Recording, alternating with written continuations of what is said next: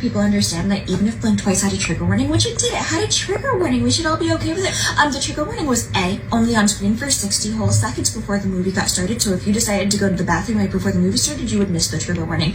B, the trigger warning was only out for a few days to the public before the movie came out. And C, the trigger warning said nothing. Trigger warning, we are proud to finally share Blink Twice with audiences in theaters worldwide this week.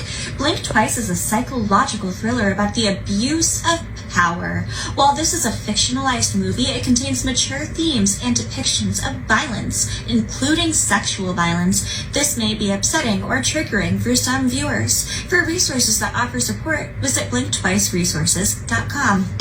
If you go to a film that you know damn well is about that subject matter, and you can't handle the subject matter present in the film, I'm sorry, you need to go home. I do not think that people If you're gonna do a reaction to my video and tell me I'm wrong and be loud about it, at least listen to what I say, because my entire point had been that this movie had not marketed itself for what it actually was. This movie, Blink Twice, did not market itself as a movie that was literally just showing you sexual assault for a very long time. I would not have gone if I had known. Actually, no, that's a lie. I would have still gone because this is a movie I wanted to see, but at least I would have been prepared. But many other people would not have gone because it's not something that most people are able to see. And also, as I say 1,000 times in 7 different videos, but now I'll say again, and as I say in the previous video, the trigger warning didn't actually tell you what the sexual violence was going to be. And it was actually going to be graphic sexual violence, which is a completely different category. Thank you. Thank you so much for reacting to my video and being wrong. Have a great day. I do not think that people understand that even if Blink Twice had a trigger warning, which it did, it had a trigger warning. We should all be... I find it very interesting that a friend had to send me this video on Instagram because you did not tag me while using my video, filming the entire thing, reacting to the entire thing, mocking me, for being upset about the trigger warning, rightfully upset. And then you posted it without tagging me, without even having my little watermark in the video. I find it super duper interesting. That's all. Okay, this is the last video I'm making on this, and then I am going to just stop. I really am. But my issue is that this person not only didn't tag me, but they are letting people mock me in the comments. And I am going through their comments, making sure none of my followers are being rude to them for this situation, because I know when I respond to people, they will try and go back and like bully the person. Like if I respond to someone's comments on one of my videos and I like mock them the way that I do, or like, I don't know, just respond to them being like, this is hateful, this is hurtful, people will go back to that comment and make their own comments, and I will delete those comments or be like, hey, don't do this. And I'm trying to do that now to make sure this person who has a way larger following than me isn't getting bullied, and they are not doing the same. But on the bright side, I have found so many new people to block, which is like one of my favorite games. I call it the blocking game. I just block people who make me mad, and I am good at it. I haven't blocked her yet though, because I am giving her a chance to apologize, which I know she won't, but I am giving her a chance. Okay, bye. We've all seen the video of the lady who got her eye color changed, and then it was not the color that she thought that she was getting her eye color changed to, and now she's like freaking out about it. I am shocked that this surgery is still a thing. Has nobody else gone down the surgical eye color change YouTube video horror story deep dive? Has anybody else done this? I must be the only one. For like well over a decade, I have been fully aware and invested in the fact that there is this company that does surgeries to change your eye color, and it's like really bad for your eyes. Really bad for your eyes. Like, the chances of this surgery not being successful are so high, and you can't like reverse it. I know that you've heard stories of people getting LASIK surgery and LASIK totally ruined their quality of life.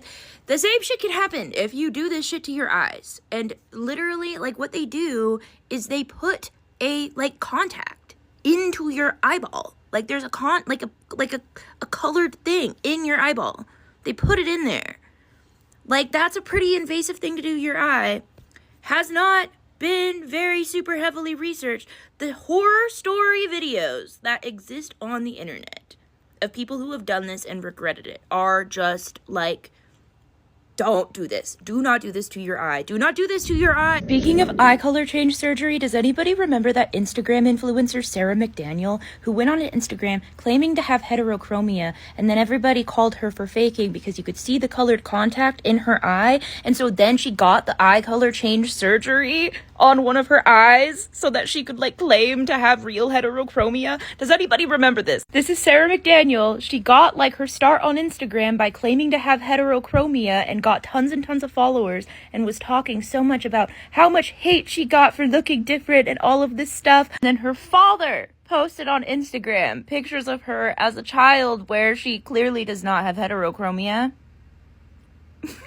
This whole situation seriously like impacted my brain chemistry as a teenager. It's just so embarrassing. It's so embarrassing to do that to yourself, to come onto the internet and make such an outrageous claim that can so easily be proven false, to double down and refuse to admit that you're lying, so much so that you go and get an iris implant in one of your eyeballs so that you can prove that you're telling the truth, even though you can still tell that it's fake. Like, I get really bad secondhand embarrassment when I remember this story, but I've never heard anybody else talk about it on here, so I'm doing it.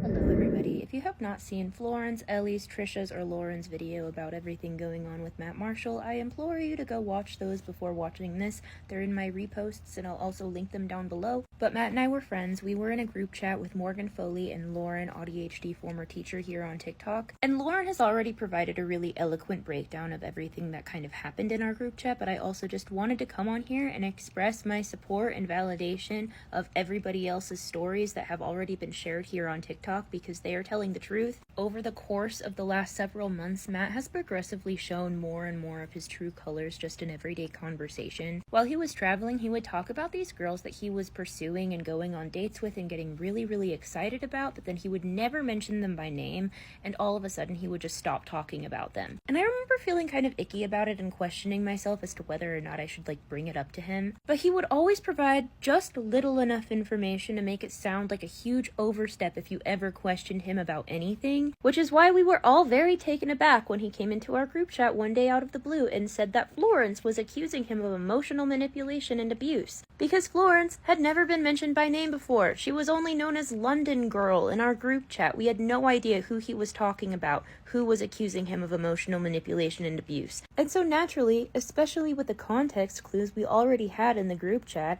we asked him what happened. Like, we're not just gonna blindly say, oh my god, there's no way you could ever have manipulated or emotionally abused anybody. Like, you're so good. You're just this little soft little baby boy. Like, bitch, no. We believe women, first of all. Second of all, nobody says that shit for no reason. And the thing that I felt so weird about was the fact that we had no information about this. You knew that we had no information about this, and you came into the group chat assuming that we would just blindly support you, and then proceeded to get defensive when we didn't give you the blind support that you were looking for. Florence reached out to Lauren and Morgan, and then I was able to connect with her on Instagram, and we have since all been able to connect and kind of corroborate all of our stories and figure out what the truth in all of this is, because he also very clearly didn't want all of us who were individually talking to him to talk to each other, which, you know, is kind of valid, because once we all started talking to each other, we got to the bottom of the truth very quickly. And the truth is that Matt uses his neurodivergencies as an excuse for his shitty manipulative behavior, specifically behavior towards AFAB autistic people. I do not think it's right to use this situation as a reason to fake claim or armchair diagnose Matt with anything, because the conversation at hand is that Matt harmed several women. And there are just so many conversations that I had with him that I'm looking back on now that just make me want to crawl out of my skin, because now it's like a veil has been lifted and I can see all of the ways that he was being so covertly manipulative every single single time we had a conversation. It's fucking gross, and I really commend everybody who's come on here and shared their own experiences and stories. I just wanted to say that I support you and I back you up, and I can attest. Yesterday I made a video saying I was super surprised to see that people are still getting this eye color change surgery when there have been countless stories circulating around the internet for the last several years about people who have regretted getting this procedure. Karina Kova, I hope that's how I say your name, is one of the first horror stories I ever saw. And she saw my video and put a very short Cliff's Notes version of what happened to her in my comments. But I just wanted to direct you to her page so that you can hear her experience of what this actually did to her eyes. She went blind for like 2 years. She had to have reconstructive surgeries. She went through so much pain, all for an elective cosmetic procedure that she had to have reversed. And the scariest part about it was that she was doing very diligent aftercare once she got this procedure. She was going to the eye doctor like every single week, and they were repeatedly telling her that everything was fine until she woke up one day and couldn't see. But because she'd gotten the implants done in Mexico and she lived in Canada, the Canadian eye doctors kept telling her like, hey, as long as there's nothing wrong with your eyes, we can't do anything about it. The reason why you don't hear a lot of horror stories about this on TikTok is because the horror stories don't really happen until several years after you've gotten the procedure. So the people that you're seeing talking about their new eye colors and they're really, really excited about it have not experienced the aftermath of the procedure yet. I am not anti-cosmetic or elective procedure whatsoever. If anything, my fingers are pointed at Bright Ocular, who have continuously performed this extremely dangerous, risky, and harmful procedure for years, and have seemingly experienced no accountability despite numerous people coming forward with their stories about this procedure. And it's only going to create more and more horror stories down the line when we're seeing so many of these people praising this super dangerous and risky procedure like it's just another day of Botox or lip injections. I'm losing my mind. I keep seeing ads for these bunny keychains, and every ad is like, these Bunny Lulu keychains are made of real leather and real fur, and they're handmade, and no bunnies are harmed in the making of these keychains, and they're like $19. You guys, can we please think for 5 seconds? Can we please think for 5 seconds? Can we please think for 5 seconds? Can we please think for 5 seconds? Can we please? Like, you guys, these bunny keychains, first of all, are being advertised as real bunny fur, but no bunnies have been harmed because it's shed fur. But the paws are made of real leather, and they're handmade. They're handmade in Arizona, even though the boxes literally say in giant letters, made in China. I am just like, if something can be found in 4 seconds on AliExpress, maybe think before spending $20 on it on TikTok. I have the weirdest luck in the world. It's like I don't have the best luck ever, but I don't have the worst luck ever. Like sometimes I'll get exactly what I want, but something will be slightly off about it. For instance, I saw that Del Rey Books was releasing new covers for the Shannara Chronicles, and I thought they were so beautiful, so I emailed them. I was like, hey, could you guys send this to me? They were like, yes. I got the package in the mail today. I was like, oh my gosh, I'm super excited. I opened the package. They sent me the same book twice.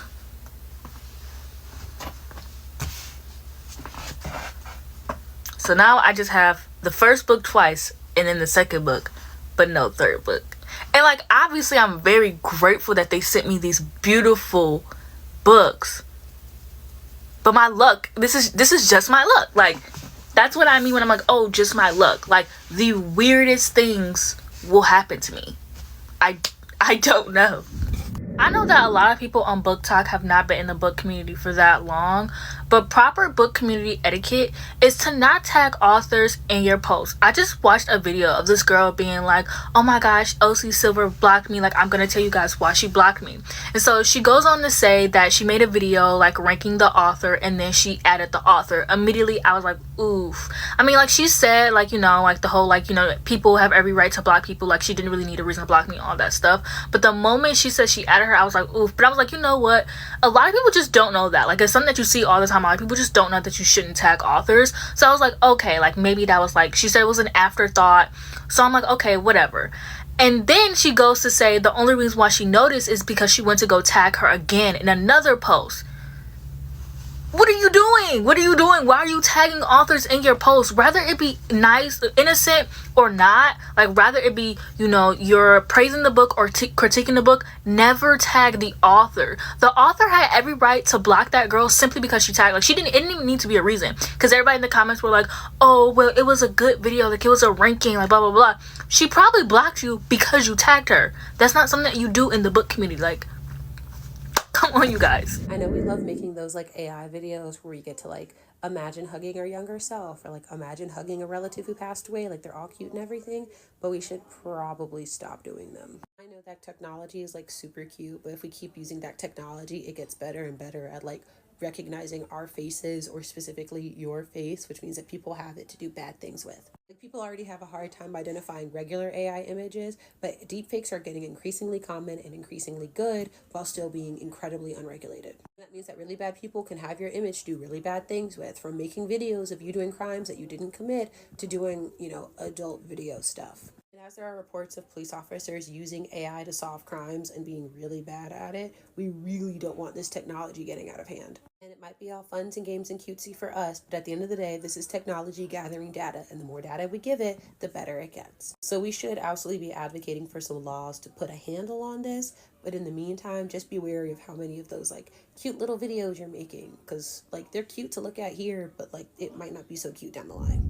It should never be a part of the safety conversation when it comes to adults, but it has a place when we talk about the safety of kids. And I don't mean this in a victim blamey way or in a clothes keeps kids safe kind of way. That's not my point. But I'm saying that culturally and societally, we gave clothes meaning. We use clothes to communicate some type of information. And therefore, the information that we're communicating should be aligned with where we are mentally, emotionally, situationally, etc. This conversation came around a few months ago when I saw a video of this little dress for like 5-year-olds with cutouts on the side, and I was like, hey yo, I don't think kids should be wearing that. And I didn't have the language then, but I have it now, so walk with me. Some clothes have like a clear meaning, like your uniform signifies where you work, or wedding dress usually signifies you're getting married. And then some clothes communicate something like personality wise, like pink frilly clothes might mean like cutesy or girly, or all black might mean like emo or edgy. You know what I'm talking about. Some clothes are meant to be a little more visually appealing, if you know what I mean, or like show more like desire. The clothes you might wear to the club, for example. And I'm not giving it like a value meaning. It is not good or bad, although I prefer to dress that way. If you got it, flaunt it, if you know what I mean. But we did give it a societal meaning. And as adults, that is information that we can choose to communicate and then choose to operate accordingly. Yes, I want you to talk to me. No, I don't want you to talk to me. Blah, blah, blah, blah, blah. But kids can't do that. It is not developmentally appropriate for them to be making those kinds of decisions about the clothes that they wear. That is why we have kid-friendly clothes and adult clothes, because they're communicating different things. And just because some people don't want the two to be blended doesn't mean that they are blaming children if anything bad happens to them, because of course what they have on should have nothing to do with their safety. But we do want them to be dressed in ways that are child appropriate and developmentally appropriate for them. And this doesn't include like shorts and tank tops because it's hot outside. I mean like crop tops and bodycon dresses for kids.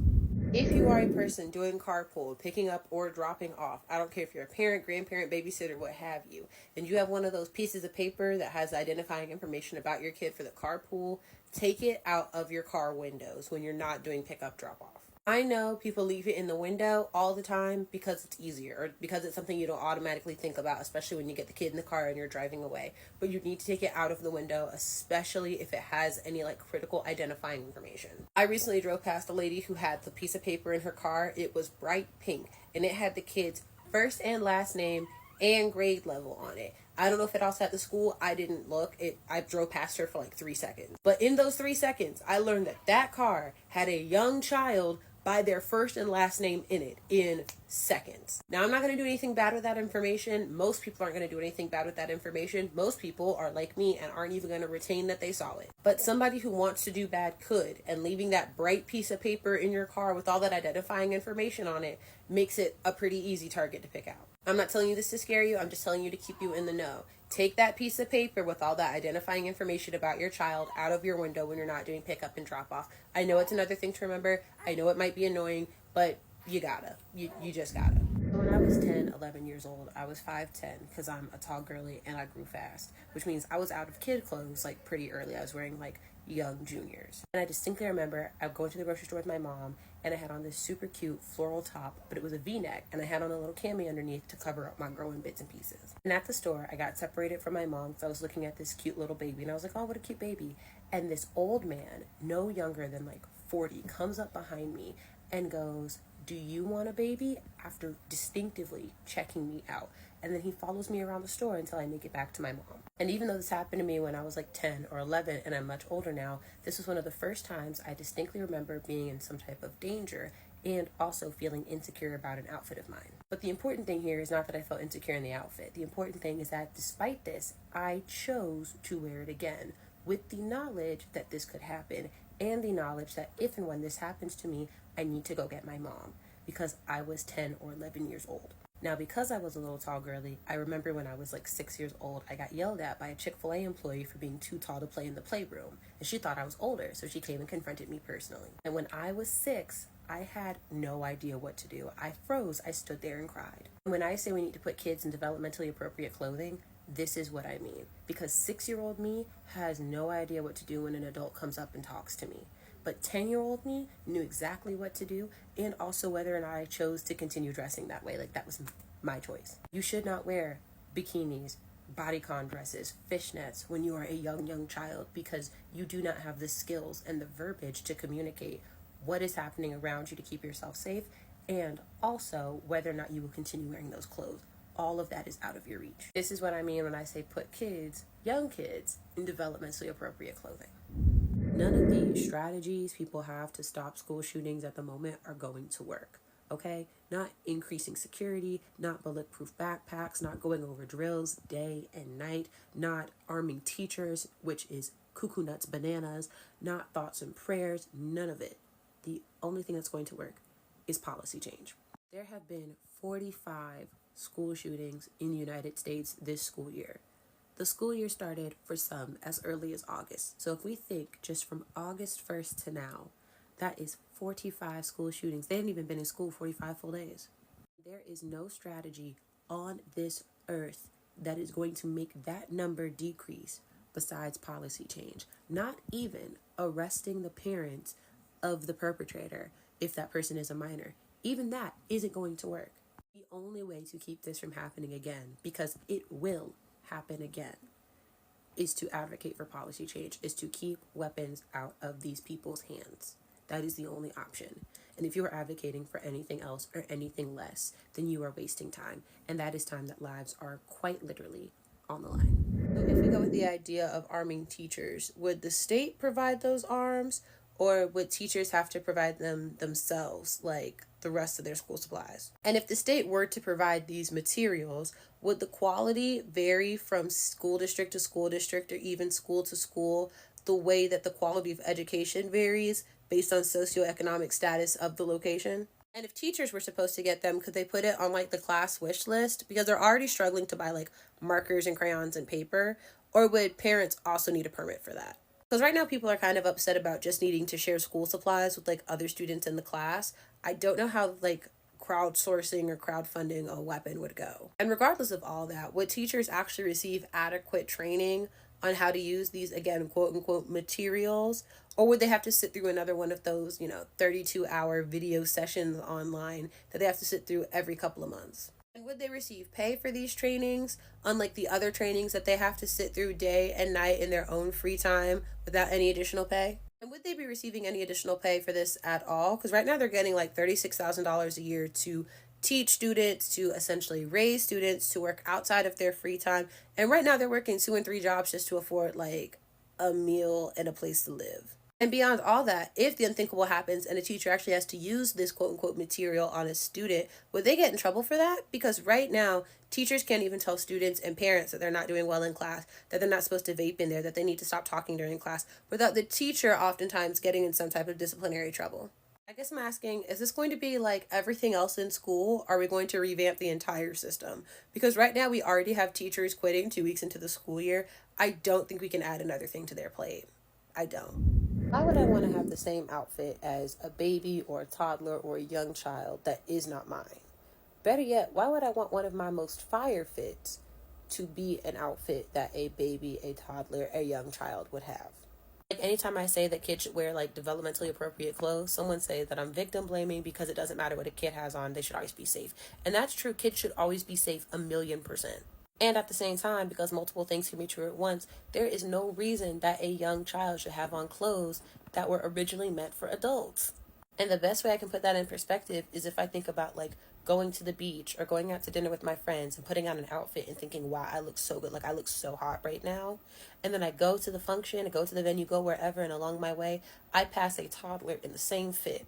One of us needs to change. And the person who needs to change is not the grown adult person who picked out the outfit and knowingly, consciously, and consentingly put it on with the intention of showing off their body and feeling good and confident.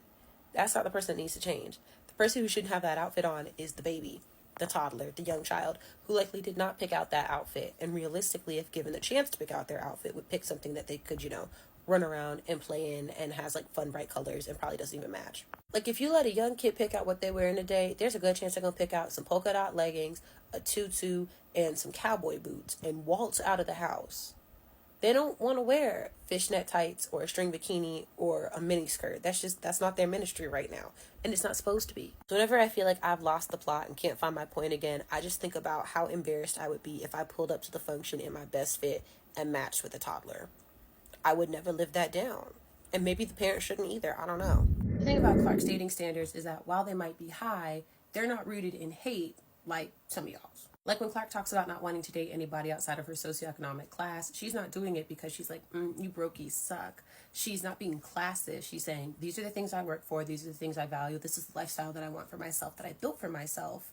And I don't want that to change based on the person I'm with. I want somebody who is where I am. And that's perfectly fine because it's not rooted in hatred or dislike or bias. It's just, this is life I like and this is what the life I like looks like. And anybody could realistically meet those standards. But some of y'all have these dating preferences that are just rooted in some type of like bigotry or discrimination. Like I saw some people in the comments who were like, excellent girl, and this is exactly why it's okay to not date bi men. And you cannot date bi men, but it's still rooted in homophobia because you don't have a good justification as to why you feel that way. You just do. Like for Clark, if you're not within that socioeconomic status, if you don't have that same drive, determination, and want, you can't check off the rest of her boxes. You two are genuinely not compatible. But for y'all, whether you're dating somebody who's bi or somebody who's dark-skinned or somebody tall or short or whatever may have you, they could check off all your other boxes. And the only reason you wouldn't be with them is because of whatever biases you have caring about that other person. And again, nobody can tell y'all who you can or cannot date. That is entirely up to you. But when we talk about dating preferences and dating standards, if you can't answer why you wouldn't date that person with like a real justifiable reason, not just, I just don't like them, I have news. Kids are not little adults. They are younger, smaller human beings. They are people worthy of care and love and respect and safety. But they're not mini adults walking around. Like they are objectively not where we are developmentally. And I know we want to treat them like they're small adults in an attempt to give them like autonomy and that quote unquote respect. But instead, we are neglecting where they are developmentally. And that's not fair to them. Like their stuff, like their clothes and their toys are supposed to be brightly colored and loud and like overwhelming to the senses because they need that to develop and strengthen their senses and their imagination. And I know as adults, we prefer to lean towards things that are quieter and more muted, but that's not what they need. And I know we don't like telling kids no or making decisions on their behalf, but we need to when it comes down to their safety and well-being, even in the smallest ways, because they can't. Like the reason elementary schools practice fire drills at least once a quarter is because children are not good at making snap in-the-minute decisions. If there's an emergency, they literally don't know what to do. And if they panic, they can get themselves hurt. And if they don't think about it and take it seriously, they can get left behind and get hurt. Like if you give a child the choice to go to a doctor and get their vaccinations, they're not going because they don't understand safety in the long term. All they know is that shots hurt now. They need trusted adults to make decisions on their behalf on everything from the clothes that they wear to the food that they eat and what they do after school. Within reason, they can have input, but the final decision has to come from people who can care for them and think in the long term because they developmentally can't. And yes, this includes the clothes that they wear because we can have endless hypothetical conversations about who's to blame for what or what is safety, and all of that is valid, but kids can't participate in that because they don't understand the world the way that we do and they don't understand hypotheticals, at least not like adults. But it's not just about clothes, it's it's about every decision that impacts them in a day. I know we think that the best way to support kids is to blend them into our adult world, but it's really for us to mend the adult world to match their kid reality. These are books that your middle school child should not be reading. And this is coming from a middle school teacher who has seen all these books in a middle schooler's hands at one point. Absolutely not. This book is a great book for adults. It is not a good book for 11 to 14-year-olds. Instead, maybe have them read this. This is a more PG romance. The third book I feel a little iffy about, but the first two, totally fine. Your child should not be reading this book if they're in middle school. It is about fairies. It's not what you want your kid reading right now. Instead, your kid can read Percy Jackson. Percy Jackson is such a good series. And it's fantasy, and it has a teensy tiny little bit of romance. Or you can go for classic Harry Potter. Again, it's fantasy, and it's appropriate for most middle schoolers. Diary of an Oxygen Thief, should not be reading it if you're in middle school. I read this as a 9th grader, and I had no reason to be reading this book as a 9th grader. Do not let your child read this book. It's called The Deal, by Ellie Kennedy. This is not appropriate for middle school students. A good romance alternative author is Sarah Dessen. I read this book when I was a middle schooler, and I really liked it, and it was appropriate. I have heard that some of her books have some pretty deep themes, so I would definitely look into it before I bought my child it, but for the most part, she's a really good young adult author. I gotta be honest, based on the editing, you would have never known that Serena and Cordell was that close. When Cordell brought up that Serena gave him a ring, I started to think I dissociated while I was watching the show, because I was like, what ring is that? What is we even talking about? Am I even watching the same show? I'm like, what is they talking about? And then Serena had on a matching ring. I was like, oh, these motherfuckers is close. And I had no clue. They really did not showcase their relationship at all. These two have a handshake. They be dancing together. They seem to have a really fun relationship, but we didn't get to see that. We got to see over and over how Serena was pieing Cordell.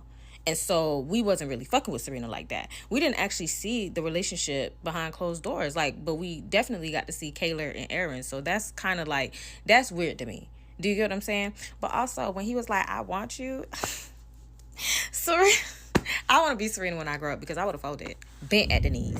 Stop debating these weird-ass conservative white men. I just watched a Jubilee video, my first mistake, and it was this conservative guy debating 25 liberal college students on a variety of topics: abortion, trans women, college being a scam.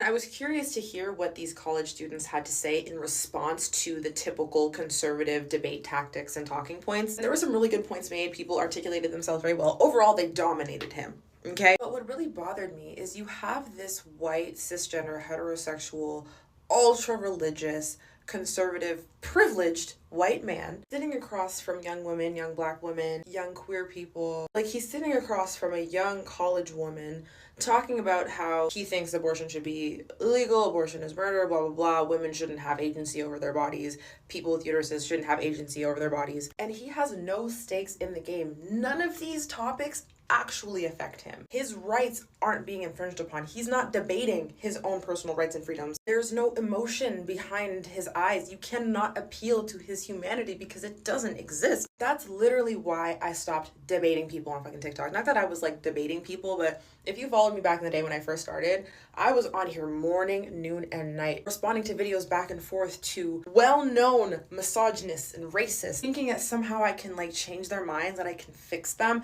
Definitely the fixer in me. This was pre-therapy, Tyra, okay? And I realized that all that was doing was draining my energy, because you're talking to a brick wall. You're talking to someone who doesn't have any intention of even considering your perspective. And half the time, you're not even really addressing the point of contention. You're not addressing the actual topic at hand. It's just a matter of who is the better debater, who has prepared better talking points, and who dominates the conversation. And we saw that with a lot of the college students who were women. The only thing that saved me, the only thing that saved my day was after watching that 1.5 hour long Jubilee video, I watched a 4-hour stream of Hasanabi responding and reacting to the stream, giving his feedback, his commentary, etc. He was explaining how a lot of these women were being too kind to this conservative white man in this debate. Like, they were allowing him this space to speak. And even though they were making absolutely correct and accurate points, it didn't matter because it appeared as though he was dominating the conversation just in the way that he was talking. Again, using classic debate tactics to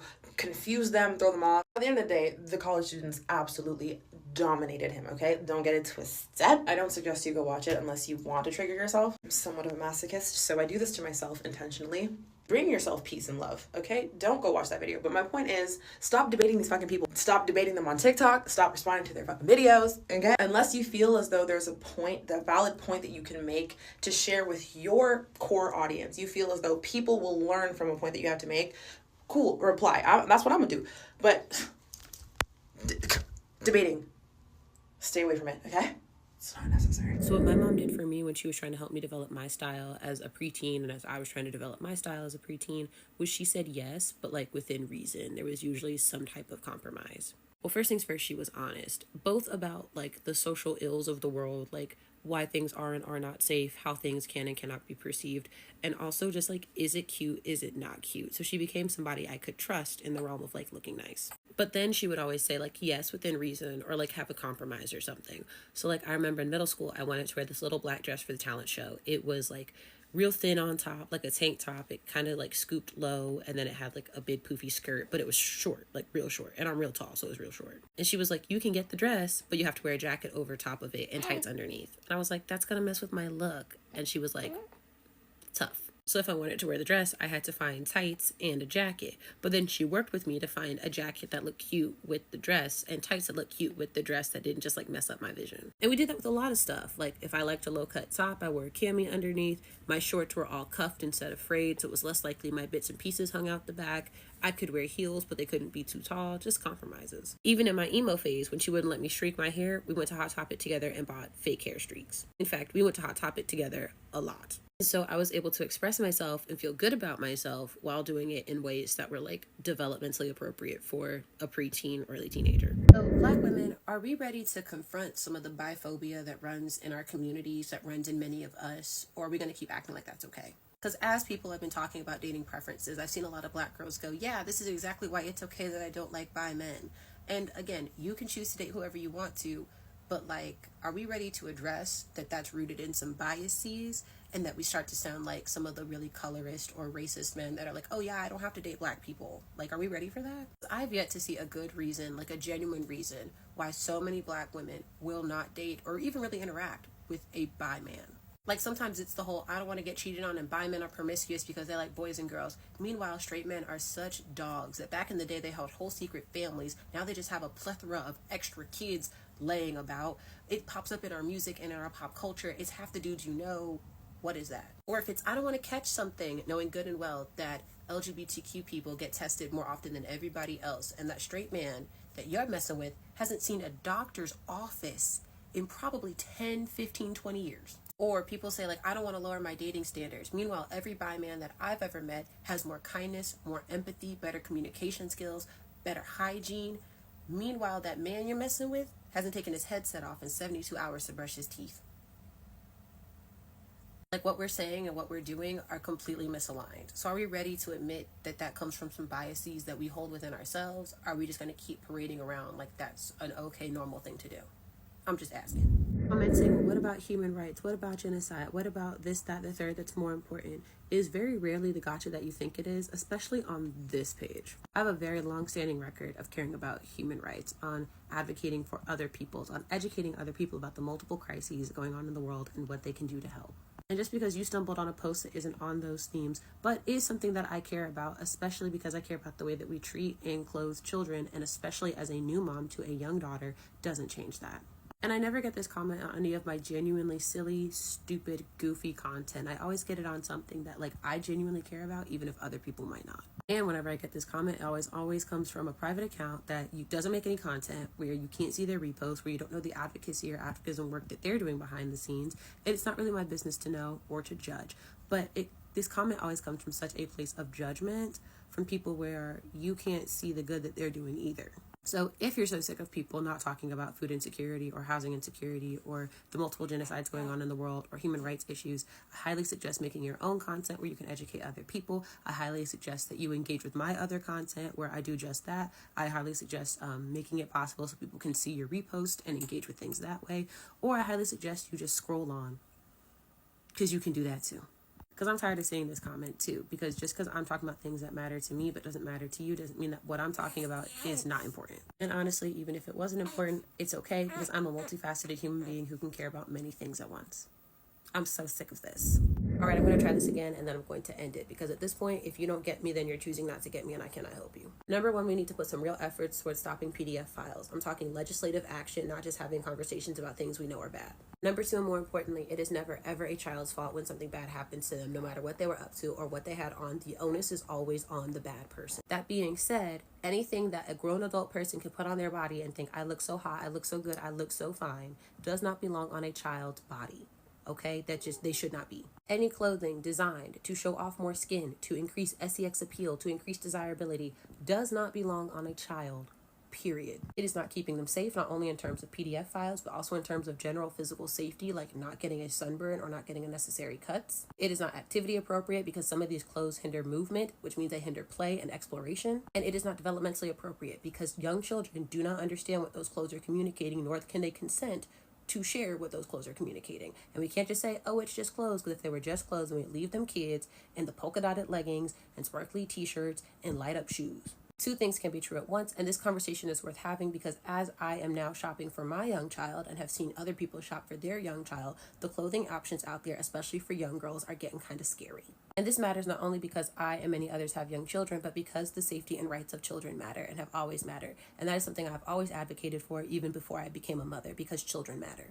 Just because we want to talk about them doesn't mean that human rights don't matter, or that housing doesn't matter, or that food inequality doesn't matter. It just means we can talk about multiple things at the same time.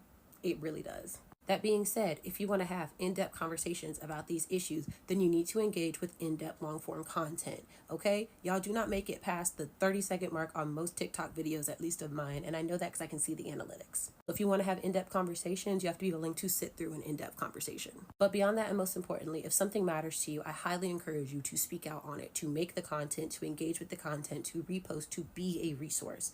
Otherwise, you're just telling people to shut up on things that matter to them because they don't matter to you. And most of all, if there is a topic made by me or any creator that you just don't want to see, if you're so tired of surface level stuff in your life or yada, yada, yada, then do not engage with it, because the way algorithms work, the more you engage with something, the more you comment and go back and forth and like and repost or whatever, the more you're going to see of it. So you want to see certain content, engage with that content.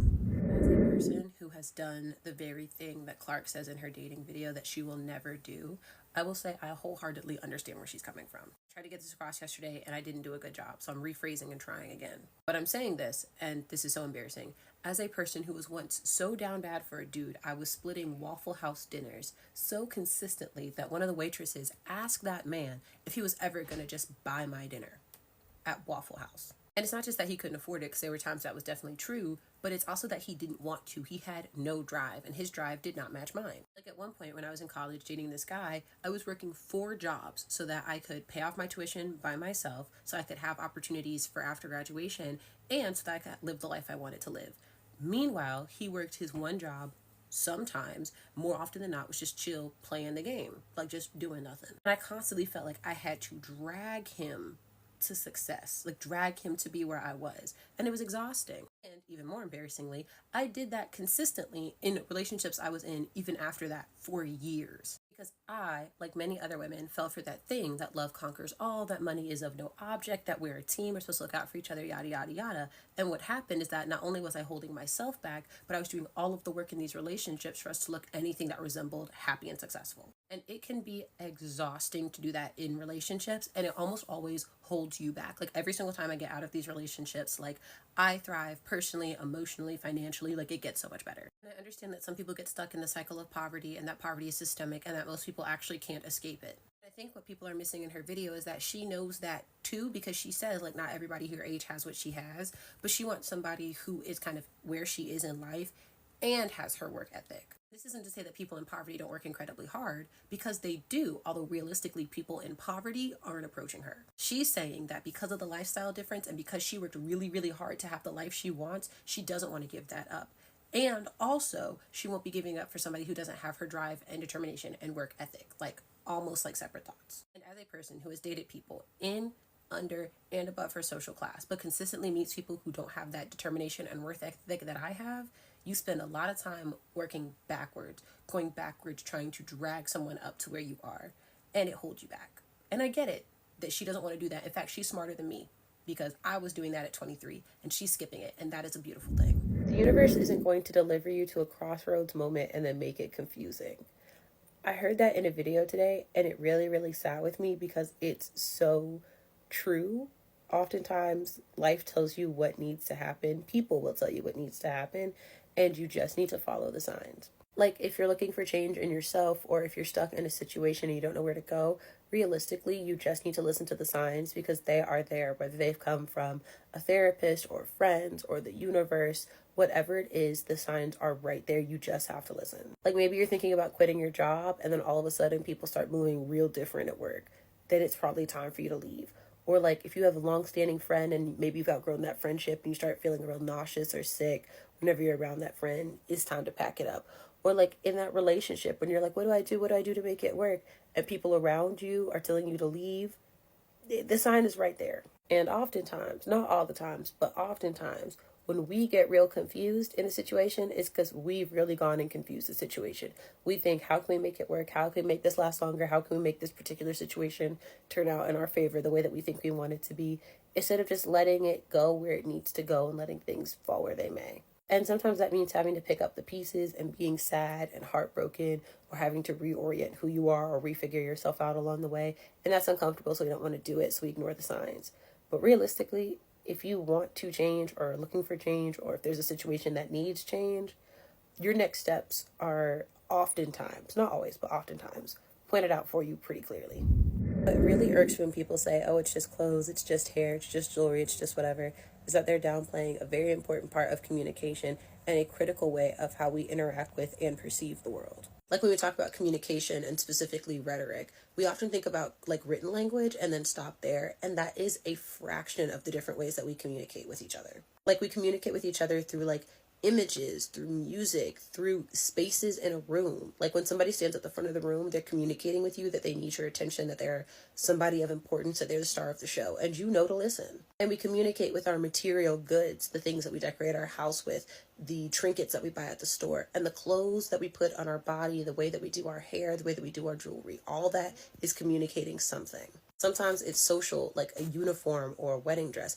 Sometimes it's cultural, like bantu knots and box braids or a sari. Sometimes they're just stylistic preferences. Like even if you do simple stuff, like toss on a white t-shirt, running shorts, and toss your hair into a bun, you are communicating some information. And we need to not downplay that just because you might not like a conversation that is being had or a boundary that's being set up or whatever it is may have you. Because the way that we look matters, because it communicates something. Every time. All right, the post-debate comedy content is rolling out. People are making their little jokes. They're using the perfect TikTok audios. They're finding a tee-hee-ha-ha wherever they can. And I want y'all to know it is okay to just laugh and scroll on. Like, I promise you, the think pieces are coming. The girls just have to wake up and get to work. They're on the way. You guys do not have to argue, like, real heavy on politics in these comment sections. You really don't have to. Like, of course, y'all should always think critically and engage critically with the media that you're consuming. That being said, the little 10 to 15 second TikTok that's just like, wow, that was crazy, doesn't need you to, like, defend a person or defend their platform or lack of platform or whatever it is may have you. You can just laugh for those like 10 seconds and scroll on. I promise. Like there's absolutely a conversation to be had and something to be said about what went down last night, but it does not need to be said in one of those little comment sections on a 10-15 second video that's just like, wow, that was nuts. Like the world's looking real bleak. The election is looking real bleak. It's real hard to find moments of like laughter, even if it's just like shocked, incredulous laughter. So if you see one of those little comedy posts or somebody makes a little TikTok, little audio or whatever it is, y'all do not need to jump down their throat. The think piece girlies are coming. We are clocking into work, I promise. I was telling my friend the other day, we don't have any real divas anymore. And of course we don't, because we can't even handle Chappell Roan doing the common sense thing of setting boundaries with other people when they do disrespectful stuff. Last night during the VMA, some photographer dude told Chappell Roan to shut up, and she said, "No, you shut up. I'm not the one.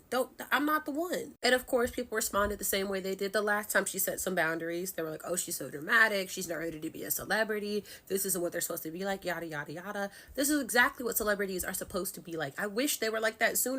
People need boundaries. Celebrities are human beings. It is crazy that the idea of setting boundaries and not letting people disrespect you has to be a lesson taught to the same generation that tells their friends they don't have the bandwidth to deal with them. But here we are. Celebrities are not little robots that only exist for your entertainment that should never say the word no. They are human beings who don't want to be stalked, harassed, bullied, name called, picked on, none of it. Like, there is no reason why celebrities feel like they need to hide out on private islands or try to dodge drones trying to take their picture because y'all don't understand a boundary or two. Honestly, I'm proud of Chappell Roan for saying, "No, you're not going to talk to me no type of way. You're not going to treat me no type of way. I'm a human being worthy of respect."